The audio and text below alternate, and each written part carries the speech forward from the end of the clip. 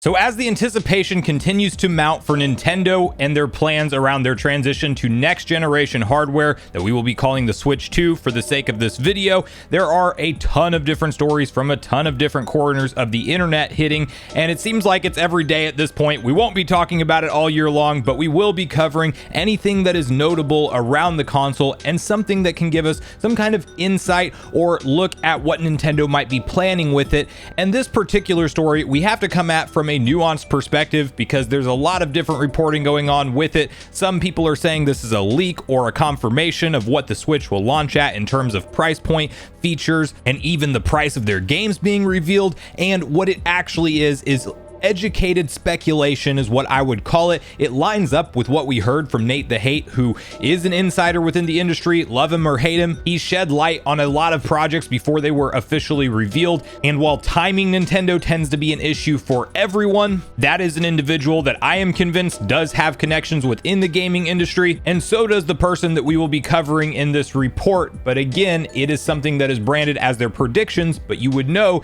that with some info that they've gotten right in the past, that they do indeed have connections. And while maybe some of this is just speculation, there's also a solid chance that some of it is indeed real info, or at least close aligns to what Nintendo is planning around the launch of this console. And before we get on the same page with all of that, make sure you like, subscribe, and turn on your bell notification to join Sunbro Nation if you're new here. And with that, we have to first hop over to VGC, where they have the following detailed typed up article, which details some quotes from Mr. Dr. Trentendo, which, to give you a brief background on him, he is at every Nintendo investors meeting. He is a very prominent reporter within Japan, and he has also gotten some key things right before they happened, with some very notable pieces of information wrong, and we will unpack that after reading through the article. But he is somebody to at least pay attention to because he is deep within the gaming industry, specifically in Japan, side by side with numerous different developers and companies, and friends talk. So that's where you could likely come to the conclusion that some of this information is indeed accurate. Not to mention, we've seen him get things like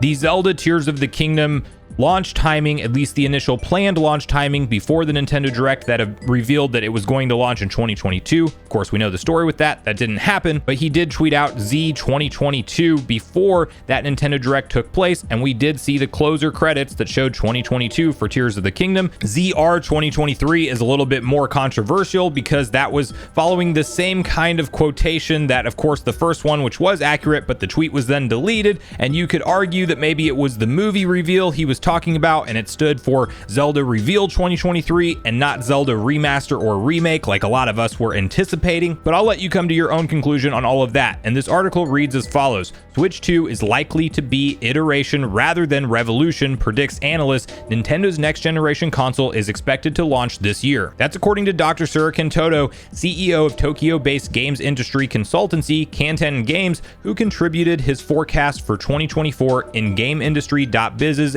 annual analyst predictions feature. Although the company is yet to comment publicly, Nintendo's next generation console is widely expected to launch this year after VGC reported that development kits are in the hands of developers as the platform holder prepares its plans. According to Kanten Games' Toto, the console could launch at $400, $100 higher than the Switch launched at, and there's a chance its games could adopt the $70 pricing of the PS5 and Xbox Series X. The time is finally here for a Switch successor, even though I can say a Pro model actually did exist and certain developers were already working with the dev kit, Toto wrote. I believe the next hardware will drop in 2024 for $400. There is a high chance that the games will cost more too, $70. According to the industry consultant, Nintendo's next console will again have portable functionality, as VGC reported last year. The next system is also likely to be an iteration rather than a revolution. Nintendo might add some bells and whistles to the device, but it will remain similar to the current Switch. And because there is Pokemon and Pokemon is associated with handheld gaming, there is no way on earth Nintendo will drop the portability feature for their next big thing.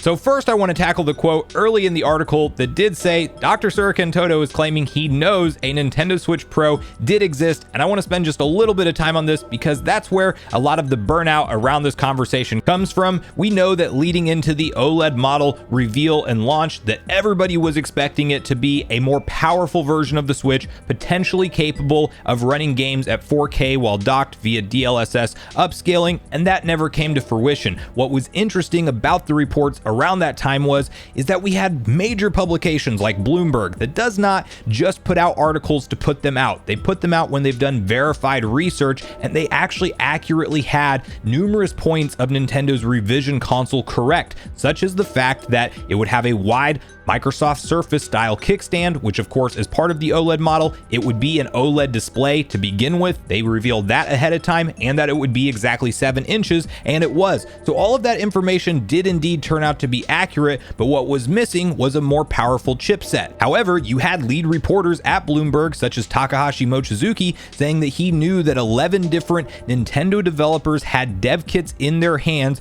specifically name-dropped Jenga, who was working on Star Wars Hunters at the time, and made the connection that whatever Nintendo was going to be launching next would be that long-rumored Switch Pro. Well, that was also during pandemic years when the supply constraints were absolutely astronomical, and I could totally see a world where Nintendo made an executive decision towards their planning phases of launching the Nintendo Switch OLED, which maybe was originally going to be sold at even a slightly higher price and come with that upgraded graphical processing chip, but they decided to forego that due to the supply constraints and knew that they wouldn't be able to hit any kind of level of sustainable stock on the shelves, and so they made a business decision to forego that model, and that's where a lot of that reporting gets mixed up. Now, you could say that's just an easy out for people who had inside knowledge and they're just trying to maintain their credibility, but the reality is when you're going to pay attention to any kind of leaks, rumors, or insiders, you're going to have situations where plans change, and some of the information they heard behind closed curtains are not actually what we see brought to market, because of course, until it's finalized and until Nintendo announces anything themselves, it is not confirmed to be happening.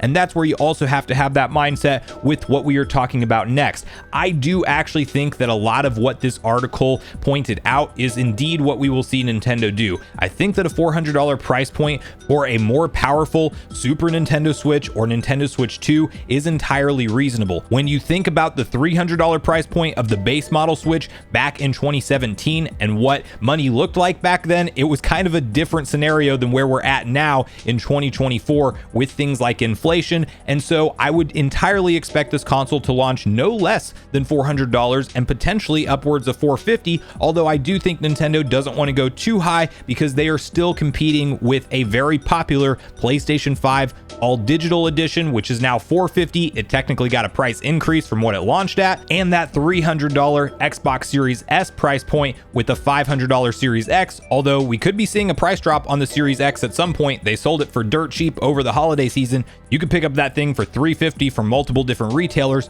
but $400 for a brand new hot Nintendo product does sound about accurate to me. And in terms of the $70 games prediction, I think that was a foregone conclusion. I would be surprised if anybody out there was not expecting Nintendo to do that. We know how Nintendo value their IP when it comes to games, and it's the same reason that we don't see Nintendo Switch games that are 6-7 years old now ever get a discount from their $60 regular retail. Go buy Breath of the Wild at any given retailer, a launch game for the Nintendo Switch, and unless if there is some kind of special deal going on, it is still being sold at a full $60 MSRP. And Nintendo is also a company, in my opinion, that views that high dollar price tag as a sense of conveying value to the customer in terms of the type of experience that you are going to get for spending your hard-earned money. So they're not going to let Sony and Microsoft and third-party devs continue to sell their games at $70 and not jump into that release strategy themselves. I mean, we've legitimately already seen them do it with Tears of the Kingdom. They felt like that was a full feature, complete product, AAA game, and clearly it was. It was my 2023 game of the year, and it was sold at a full $70 retail, the first party Nintendo published game ever to do that at that price point. And we saw it happen in the Switch generation, not the Switch 2 generation. So if you don't think that the next 3D Mario that's going to be sold alongside of the Switch 2 at launch more than likely is going to be $70, I don't know what to tell you. I'm expecting all of the major Nintendo Switch 2 releases to be sold at that $70 price point. And then I think that maybe some smaller games, hopefully like the Mario sports titles and games that you could say are a little bit more simple in nature, reports and remasters, things like that, will still be sold at a $60 price point. I am hopeful for that at least, but we could see Nintendo go to $70 across the board entirely. Now, the last thing to mention from this article briefly that I also align with on my own opinions is that I think Nintendo knows what they have in terms of success with the hybrid form factor of the Nintendo Switch, and I don't think they veer far off this path. I think it's going to be more of that DS to 3DS type of transition where the form factor and the console itself for the most part stay the same. They know they have something vastly successful, they know there's still a huge market for it, and if they can get themselves into the conversation with attracting a ton of third-party devs that can now throw their games on there for the current generation, or at least get close to that benchmark of performance, and also have all of Nintendo's first-party developed games looking and running better than ever, and still having the option to dock it on a screen or take it with you on the go, they have a copy and paste repeat strategy for another 100+ million units potentially over the life cycle of this thing. Nintendo does tend to do new wacky ideas all the time, and they might have some kind of new gimmick. I'm not anticipating a 3D style screen like we saw with the 3DS, but it'll likely be some kind of enhancement gimmick to the current console and not something that drastically changes the form factor. And I even think some people talking about, you know, the Joy-Cons maybe not being the thing anymore. I think this thing will have backwards compatibility, and I think Nintendo will want to have Joy-Cons compatible. It might not be the same version of Joy-Cons, but in terms of having the option to do things like motion controls with the controllers on the side of the consoles, I think that stuff like that sticks around, and we might just see them come up with some unique idea that is outside of changing anything that we know on the Switch today. But that's really where I want to hear from you guys at this point in the video. What do you make of all of this? Do you think this is all just wild guesses and speculation from Dr. Trentendo, and you really can't take anything the guy says too literally? Or do you think it's something that, while he is branding this as his predictions, he also has enough industry inside knowledge to loosely know what Nintendo is planning? And what do you think about the information, whether or not you think it's true, if we do indeed see it happen, like a $400 price point launch on a Switch 2 and like a $70 games minimum for all the new first party titles? Is that something you're on board with and you're expecting, or do you think Nintendo needs to navigate it differently? So regardless of your thoughts and feelings on everything we talked about today, I do look forward to hearing from you all in the comments down below before you leave the video, as I do look forward to getting a back and forth conversation started with you all around these topics. Go watch the video on screen next if you haven't already. Also make sure you like, subscribe, turn on your notification bell, and I will see you guys in the next video.